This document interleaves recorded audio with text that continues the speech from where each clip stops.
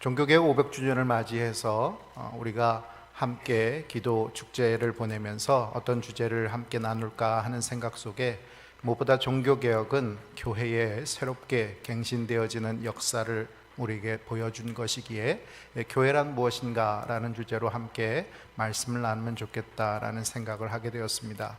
교회가, 우리는 늘 교회를 다니고 또 늘 교회라는 말을 자주 쓰고 또 우리 삼각교회, 무슨 교회 이런 이야기들을 자주 듣다 보니까 교회라는 말은 참 우리에게 익숙한 단어입니다.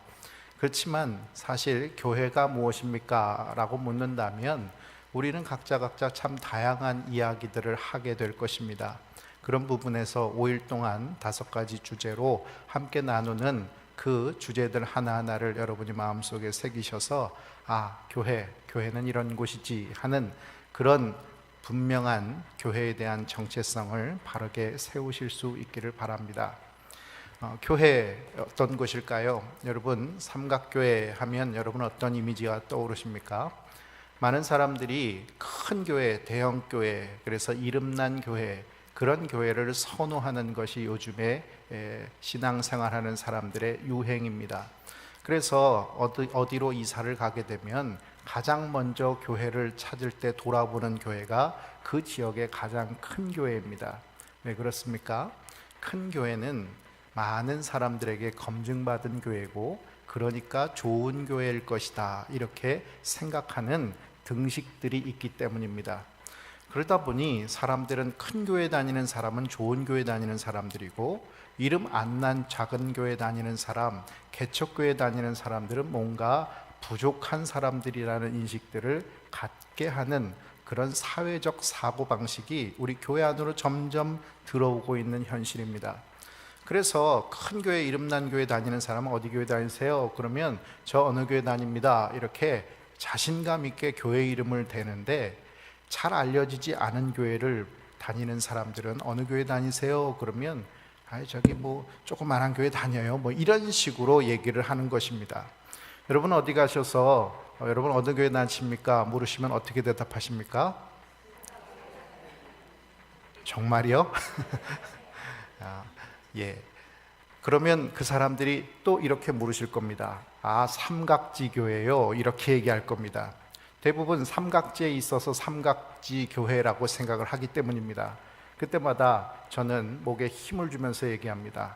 저는 매일 3가지 깨달음이 있는 삼각교회 담임 목사입니다. 여러분 또한 매일 3가지 깨달음이 있는 삼각교회 성도로서 자랑스러워 하실 수 있기를 바랍니다. 여러분, 교회가 자랑스러운 건 무엇 때문에 자랑스러울 수 있을까요? 무엇보다 우리가 교회, 오늘 주제에 맞춰서 교회가 하나님의 집이라고 한다면 우리가 이 집에 함께하는 성도로서 자랑스러울 수 있는 것이 무엇일까? 오늘 말씀을 통해서 함께 생각해 볼 수 있기를 바랍니다. 여러분, 집 나가면 고생이다 라는 속담 있습니다. 여러분, 집이 왜 그렇게 좋은 곳입니까? 집 나가면 요즘에는 호텔도 있고 펜션도 있고 여행지 가면 좋은 집들이 얼마나 많습니까? 그런데 그런 집들에서 오래 사는 것보다 여행에서 돌아와서 집에 오면 꼭 하는 말이 집 나가면 고생인데 집에 오니까 참 편하다, 이런 소리 합니다. 왜 그렇습니까? 내 집이 주는 편안함, 그리고 내 집이 갖고 있는 이 안식처란 의미가 있기 때문입니다. 여러분, 우리 집은 다 바깥에 있는 호텔이나 펜션이나 이런 것들은 나를 지켜주는 집이 아니라 내가 잠시 머무는 집이지만, 내가 거하는 우리 집은 나의 안전을 지켜주는 곳, 나의 평안을 지켜주는 곳이라고 우리는 당연스럽게 생각하고 있기 때문입니다.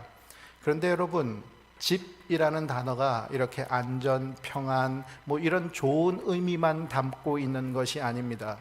많은 사람에게 집이라는 단어는 애환이 있는 단어입니다.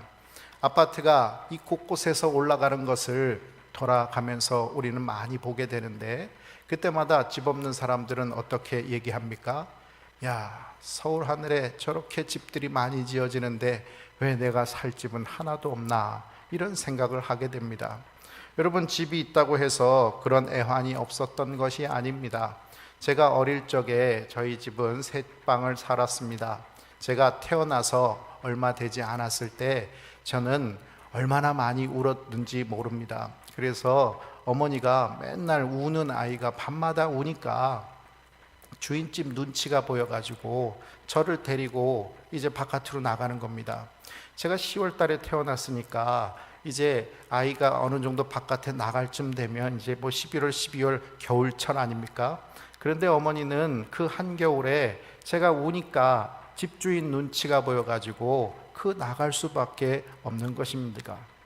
저는 그냥 내가 얼마나 울었으면, 내가 얼마나 그렇게 뭐 우는 소리가 컸으면 그랬을까 하는 정도로 생각했는데, 얼마 전에 한 다큐멘터리에서 그 세대 차이라는 것을 나누면서 요즘 젊은 자녀들은 자기 집을 소유하려고 하지 않는다는 겁니다. 그래서 자기 집 소유하는 것보다는 오히려 차를 사고 오히려 자기 개발을 하고 하는 그런 쪽에 신경을 더 많이 쓰는데, 근데 그 아버지는 그런 아들이 못마땅한 겁니다. 야, 집부터 마련해야지 뭘 차를 사고 외제차를 굴리냐, 집도 없는 놈이. 그러면서 집부터 마련해야 된다 강조를 하는 겁니다. 그러니까 이 아들이 아버지랑 같이 살 수가 없어서 독립을 합니다. 그런데 가관인 것은 독립한 아들은 옥탑에다 방을 하나 얻었는데, 그 옥탑에 남의 집 옥탑방을 얻어가지고 그 옥상에다가 인조 잔디를 깔아버립니다. 한마디로 말해서 인테리어를 자기 돈 주고 그렇게 쫙 하는 겁니다. 방은 옥탑방 3방살인데, 근데 거기다가 뭐 영상기구도 달고 뭐 잔디도 깔고 뭐 이러면서 그렇게 몇백만 원을 들여서 꾸미는 겁니다. 아버지가 보면 기가 찰 노릇일 것이다 라고 얘기도 하지만, 그러나 자기는 그렇게 폼나게 살고 싶다는 겁니다. 그런데 아버지들이 모여서 얘기합니다. 우리 시절에 얼마나 어렵게 살았는가, 집 없는 서름이 얼마나 대단했는가, 이 얘기들을 하면서 그 아버지들이 하는 말이, 그래, 나는 우리 아들 운다고 집 밖으로 집주인이 와서 좀 애 좀 울지 않게 좀 단돌이 치라고 하는 그 얘기 들으면서, 같이 애 키우는 입장에서 어떻게 저럴 수가 있나 하는 생각에서 빨리 집부터 마련해야지, 집부터 사야지 하는 생각으로 살아왔다고 그렇게 얘기하는 소리를 저는 들었습니다. 얼마나 애환을 주는 이야기일까요? 한양대 고 이영희 교수는 한국교회를 진단하기를, 모여라 돈 내자 집 짓자라는 세 단어로 이 한국교회를 진단할 수 있다라고 말을 합니다. 아마도 한국교회가 그렇게 교회 건물에 집착하게 된 것, 그것은 바로 집 없는 서름을 느껴봤던 우리 성도들의 마음이 그 안에 농축되어 있기 때문이라고 생각합니다. 60년대, 70년대 집 없는 서름을 너무도 잘 알고 있기에 하나님이 어떻게 그렇게 집 없는 서름을 느끼게 할 수 있느냐 하는 생각 속에서 내 집보다는 하나님의 집을 먼저 져야 된다는 생각들이 그 안에 들어갔던 것입니다. 교회는 하나님의 집입니다. 그러나 우리가 생각하는 것처럼 교회가 하나님의 집이라고 할 때 그것은 건물 자체를 의미하는 것이 아닙니다. 그렇다면 교회는 하나님의 집이라고 하는 그 의미가 무엇일까요? 오늘 본문 15절 말씀을 우리 같이 봉독하겠습니다. 만일 내가 지체하면 너로 하여금 하나님의 집에서 어떻게 행하여야 할지를 알게 하려 함이니 이 집은 아멘. 바울은 자신이 개척하고 지금은 자신의 영적 아들인 디모데가 목회하고 있는 에베소 교회로 가기를 원하고 있습니다. 그런데 여러 가지 사정 때문에 도저히 갈 수가 없는 것입니다. 그래서 이 편지를 쓰면서 교회 안에서 어떻게 목회해야 될 것인가 하는 것을 가르쳐 주기 위한 목회 서신을 디모데에게 써주고 있는 것입니다. 그 본 말씀을 쓰면서, 그 편지를 쓰면서 바울은 교회가 무엇인가 하는 것을 이렇게 얘기하고 있습니다. 먼저 바울은 교회는 하나님의 집이라고 하면서 이 집은 살아계신 하나님의 교회라고 합니다. 다시 말해서 한마디로 연결해 보면 교회는 살아계신 하나님의 집이다라는 것입니다. 요즘에 아파트에 사는 사람들이 참 많으니까 그런 경우들이 희박하지만 옛날에는 집 사면 제일 먼저 하는 일이 무엇이었습니까? 바로 그 집 대문 앞에다가 자기 이름 박혀 있는 문패를 다는 것이었습니다. 왜 그 문패를 그렇게 앞에다 달아놓는 것일까요?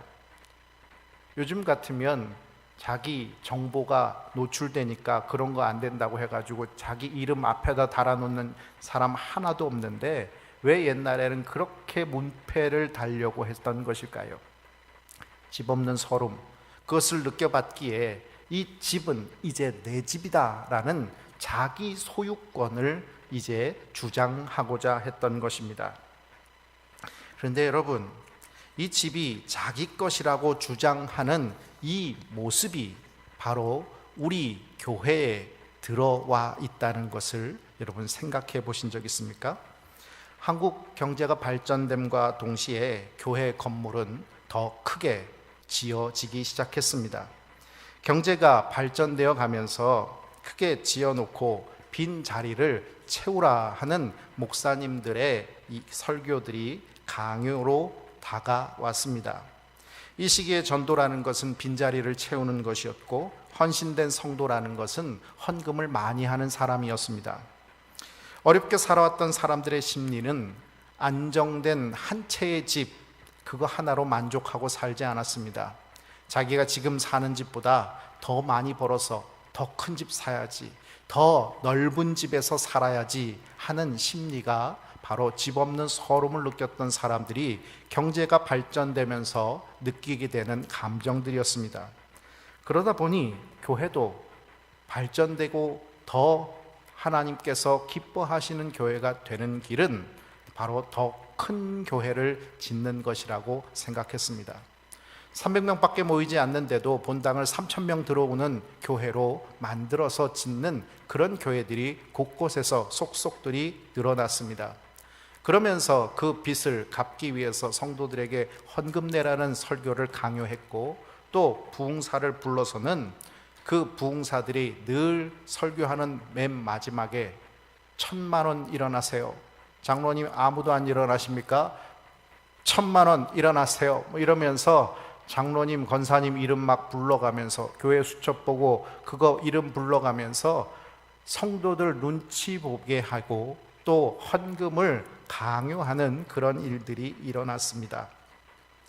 교회 목회자들은 하나님께 헌금을 많이 내면 더 큰 복을 주셨다라는 그런 간증을 어디서 그렇게 많이 모아왔는지 그런 얘기만 많이 해댔습니다. 그리고 그 말에 설교에 그 거짓말들을 잘 섞어서 사람들의 감동을 자아내면서 야, 하나님 앞에 헌금했더니 하나님이 복 주셔서 하나님의 전도 크게 짓고 자기 집도 부자가 됐구나, 이렇게 사람들에게 헛된 꿈을 꾸게 한 것입니다. 이에 현혹된 성도들이 자기 집을 팔아서 헌금하기 시작했습니다. 적금을 깨는 일은 일도 아니었고 전세금을 빼서 교회를 지었습니다. 그렇게 교회들은 지었지만 자기 삶은 나아지지 않았을 때 사람들이 갖게 되는 집착이 무엇이겠습니까? 그것은 바로 지어진 교회에 대한 집착인 것입니다. 내가 어떻게 이 건물을 지었는데, 내가 얼마나 고생한 그 헌금으로 이 집을 지었는데 하는 생각이 바로 그들이 교회에 대해 갖게 되는 집착이었습니다. 결국 이 헌금을 통해서, 내가 집을 빼서 헌금한 헌금을 통해서 이 교회가 지어졌다라는 이러한 생각들은 점점 이 교회 안에서 내가 가지고 있는 지분이 있다라는 생각으로, 그래서 내가 이 교회의 어느 정도의 주인이라는 생각을 갖게 한 것입니다. 왜 헌금 많이 한 장로님이 교회에서 감나라 배나라 영향력을 행사했겠습니까? 왜 말은 하지 않아도 하나님의 교회라는 이 소유권이 바로 자기들에게도 넘어왔다, 적게는 자기들에게 맡겨졌다라고 생각하게 된 것입니다. 왜 개척해서 큰 교회를 이룬 목사님들은 힘이 세지고 떠날 때도 몇십억씩이라는 전별금을 가져가는 것이 당연한 것이라고 생각합니까? 왜 또 그 문제 때문에 교회는 분열되는 것일까요? 왜 자기 아들에게 세속하여서 담임 목사직에 대물림을 하려고 하는 것일까요? 개척교회는 단 한 번도 대물림이 일어나지 않는데 왜 꼭 대형교회, 먹고 살만한 교회들만 이렇게 대물림이 일어나고 있는 것일까요? 혹자들은 세속이 왜 나쁜가? 라고 말을 합니다. 좋은 사람, 훌륭한 인재를 우리 담임 목사님으로 모시는 게 왜 문제인가? 또 교인들이 원하고 괜찮다고 하면 되는 것 아닌가? 라고 생각하는 사람도 있습니다. 그런데 여러분, 세속이 나쁜 이유는 바로 그 시작이 교회의 주인이 되시는 하나님이 먼저가 아니라 자기 자신이 먼저인 생각을 갖고 시작되었기 때문입니다. 한마디로 말해서 세속은 하나님이 원하셔서 어쩔 수 없이 되는 것이 아니라 바로 자기가 주인이라고 생각하는 사람들의 생각 속에서 우리가 맡아야 하나님이 기뻐하시지라는 생각으로 시작되어지기 때문인 것입니다. 자기 교인들이 원한다 할지라도 한국교회 교인들 대다수가 원하지 않습니다. 그리고 무엇보다도 하나님께서 원하시지 않습니다. 그런데도 내가 원하면 되고 우리 교인만 원하면 된다는 이기적인 생각 속에서 한국교회의 타락을 이끌어가고 있는 일부 대형교회의 모습들을 우리는 보게 됩니다. 바로 그 이유가 교회의 지분, 바로 교회의 소유권이 나에게 있다라고 생각하기 때문인 것입니다.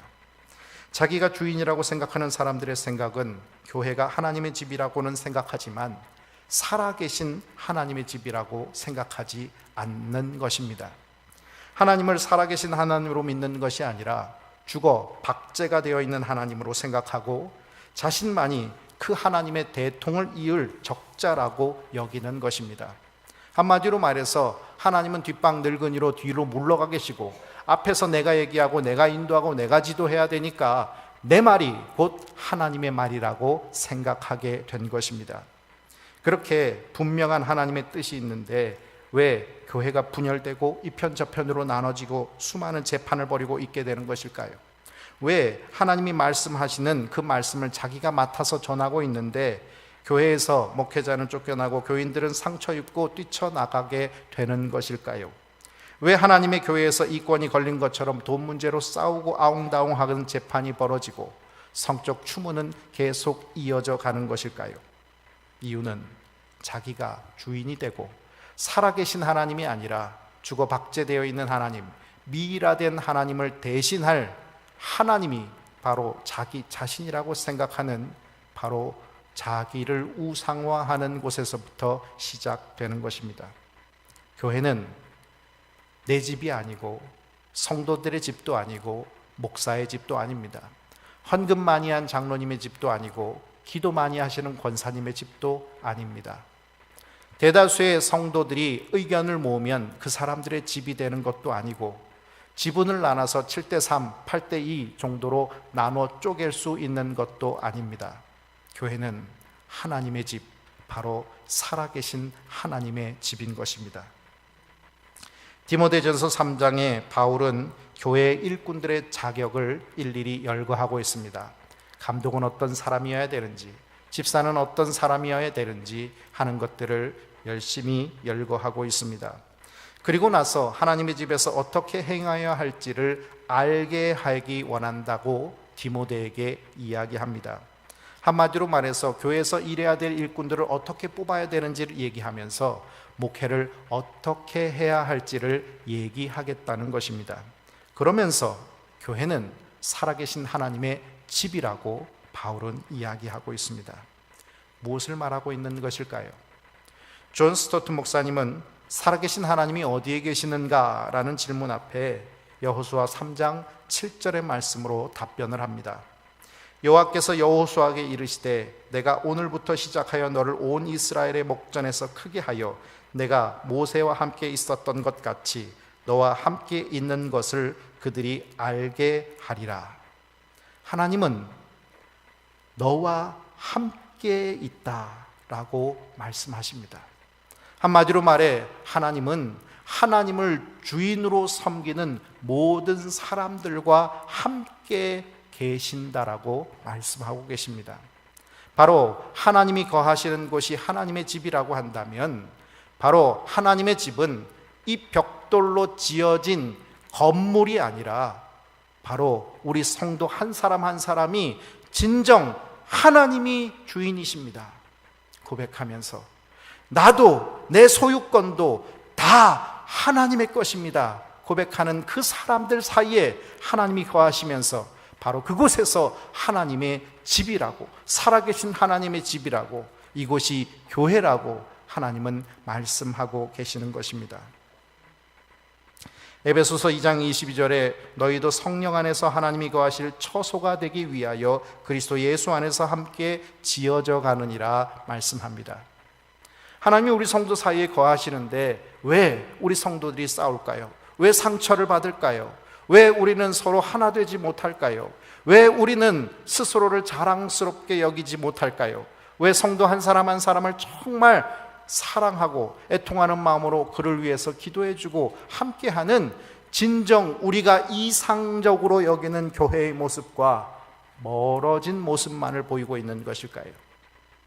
바로 지어져 가고 있기 때문인 것입니다.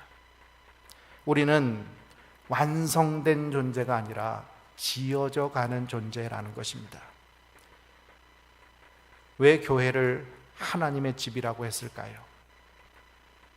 집이라는 건물을 의미하고자 하는 것이 아니었는데 집이라는 이미지를 바울은 얘기하고 있습니다. 집이라는 이미지를 얘기하면서 그 건물이 벽돌을 하나하나 쌓으면서 지어져 가듯이 우리는 하나님이 거하실 처소로, 하나님이 거하실 집으로 지어져 가는 집이다라고 말하고 있는 것입니다. 디모데를 통하여서 집사를 세우고 감독을 세우고 수많은 장로를 세우고 그렇게 교회 일꾼들을 세워가면서 그들 한 사람 한 사람을 통해서 지어져 가는 교회, 그렇게 아름답게 세워져 가는 교회의 모습으로 이 바울은 교회를 그리고 있었던 것입니다. 교회는 건축물을 세우기 위해서 다양한 돌들이 필요합니다. 다양한 돌들이 필요하다는 것, 그것은 네모난 벽돌만 필요한 것이 아니라 조그마한 타일 조각도 필요한 것이요 동그란 구석텅이에 들어갈 돌도 필요하다는 것입니다. 돌만 필요한 것이 아니라 나무도 필요하고 수많은 다른 종류의 재질의 재료들도 필요합니다. 그 이야기는 각각 다름이 하나의 통일성을 이루는 곳, 그것이 바로 교회라는 것입니다. 서로 지역이 다르고 또 생각이 다르고 진보와 보수로 나눠지고 또 서로 가지고 있는 생각이 달라서 함께 할 수 없다고 하는 사람들이 모여 있는 곳, 바로 그것이 교회라는 것입니다.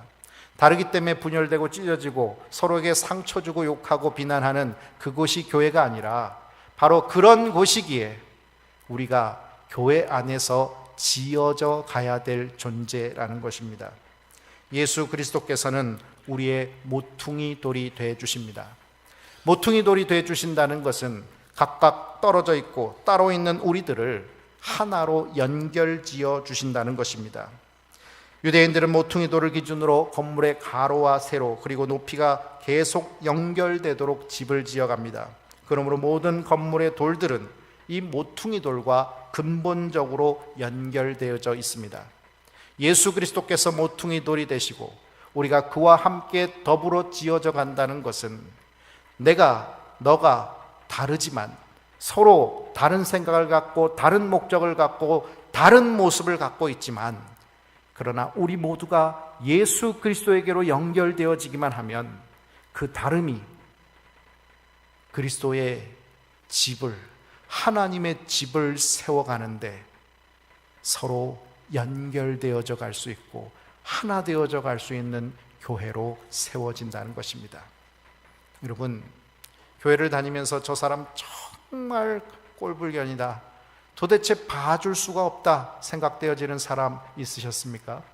정말 저 사람 사랑할 수가 없다라는 생각이 들 만큼 내 안에 미움만 생기게 하는 그런 사람 보셨습니까? 혹 나는 그 사람을 정말 괜찮게 생각하는데 그 사람은 왜 나를 뒤에서 욕하고 비난하고 그렇게 다니는지 이해할 수가 없다 생각하는 사람도 만나보신 적이 있으십니까? 서로 다르기 때문입니다. 서로 틀리기 때문입니다. 그런데 그리스도께 연결되어지기만 한다면, 내가 주인된 삶에서 예수 그리스도께로 연결되어지기만 한다면 우리는 하나님의 집으로 지어져 가게 될 것입니다. 오늘도 살아 역사하시는 하나님께서 우리를 통치하셔서 우리로 하나님께서 만드신 처음 그 모습 그대로 아름답게 빚어져 갈 수 있는 삼각교회가 되시기를 주님의 이름으로 축원합니다. 에덴 동산에서 아담과 하와는 범죄했습니다. 그리고 쫓겨났습니다. 하나님과 함께 거하는 바로 그 집 에덴 동산에서 범죄함으로 그들은 쫓겨났습니다. 쫓겨난 그들은 이제 다른 곳에서의 삶을 시작합니다. 하나님과 함께하는 삶이 아닌 자기들의 삶을 살아가기 위해서 가인은 에녹성을 샀습니다. 그리고 후대 사람들은 바벨탑을 쌓습니다. 그 이유가 무엇입니까? 바로 하나님 안에서의 안정, 하나님 아래서 우리가 늘 무릎 꿇고 겸손해야 되는 그 삶을 이제 그들은 버렸다는 것입니다. 하나님의 집에서 쫓겨난 그들은 이제 하나님 안에서 안정이 아니라 성을 쌓고 그 벽돌이 나를 지켜줄 수 있다, 그 담이 나를 안정되게 해줄 수 있다라고 생각했다는 것입니다. 그리고 그들이 갖게 되는 그 힘, 그들이 갖게 되는 그 안정 속에서 누릴 수 있는 그 힘은 하나님과 같이 될 수 있다라고 그들은 교만하기 시작했던 것입니다. 결국 그들은 흩어졌고 그들은 패망할 수밖에 없었습니다. 누가복음 15장에는 탕자의 비유가 나옵니다. 아버지의 집에서 평안을 누리고 풍요를 누리던 그 아들이 그 삶에 만족하지 않아서 아버지에게 유산을 달라고 하고 그리고 먼 길을 떠나게 됩니다. 아버지의 집을 떠나서 먼 길을 떠나간 이 아들은 허랑방탕하게 아버지의 유산을 다 허비해 버립니다.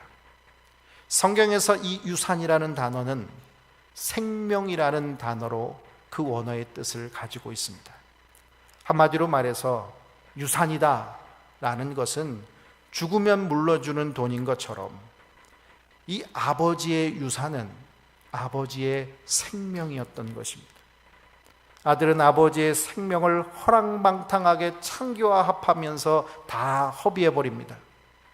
그리고 나서 돼지의 쥐염 열매나 먹고 살아갈 바로 그때가 되었을 때 아버지의 집으로 돌아가자. 그 집은 먹을 것이 풍족하고 내가 지금 여기 있다가 굶어 죽게 생겼는데 먹을 것이라도 제대로 먹을 수 있는 아버지 집으로 돌아가자. 그는 아버지의 아들로 여김을 받으려고 한 것이 아니었습니다. 그저 먹고 살기 위해서, 그저 내가 누릴 수 있는 풍요, 아들의 풍요가 아니라 종의 풍요라도 누릴 수 있었으면 하는 마음으로 아버지의 집으로 돌아갑니다. 그런데 여러분, 예수님은 유월절 절기에 아버지 어머니와 함께 예루살렘 성전에 옵니다. 그리고 이 요셉과 마리아가 집으로 돌아가는 길에 아들 예수를 찾아보니 예수님이 보이지 않습니다.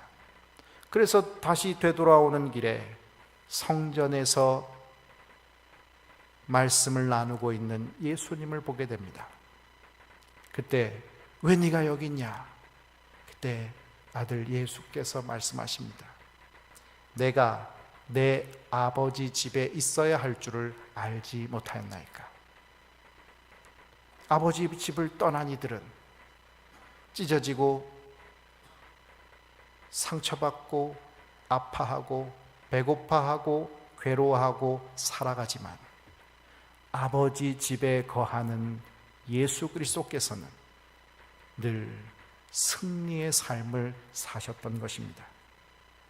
바울은 교회는 진리의 기둥과 터라고 말합니다. 기독교 특유의 구원의 진리를 가리키고 더 나아가서는 그리스도 자체를 가리키는 표현으로 우리는 이해할 수가 있습니다. 요한복음 14장 6절에 내가 곧 길이요 진리요 생명이라고, 바로 이 진리의 기둥, 바로 이 진리라는 단어를 우리 주님은 자기 자신에게 접목시키고 있습니다. 그리고 요한복음 1장 14절에 말씀이 육신이 되어 우리 가운데 거하시며 우리가 그 영광을 보니 아버지의 독생자의 영광이요 은혜와 진리가 충만하더라 라고 말씀합니다. 말씀이 육신이 되신 로고스이신 예수 그리스도, 바로 그분이 진리임을 우리에게 말씀해 주고 있는 것입니다. 다시 말씀을 드린다면 말씀이 육신이 되신 예수 그리스도, 바로 그 말씀이 진리의 기둥과 터가 되신다는 것을 말해주고 있는 것입니다. 교회는 바로 하나님의 말씀의 집입니다. 사람들이 많이 모이는 집, 사람들이 자기 주장을 하거나 자기 소유권을 얘기하는 집이 아니라 더 크고 더 넓고 더 아름답게 짓고 더 화려하게 짓는 집이 아니라 바로 예수 그리스도를 주로 고백하고 하나님의 말씀의 진리 가운데 자신의 삶의 모든 것을 내놓고 함께 그리스도 안에서 지어져가는 사람들이 모이는 곳, 바로 이곳이 살아 역사하신 하나님의 집, 진리의 터, 하나님의 집인 것입니다. 저 여러분이 하나님의 집으로, 살아계신 하나님의 집으로, 진리의 말씀의 집으로 더 아름답게 지어져가는 저와 여러분 되시기를 주님의 이름으로 축원합니다.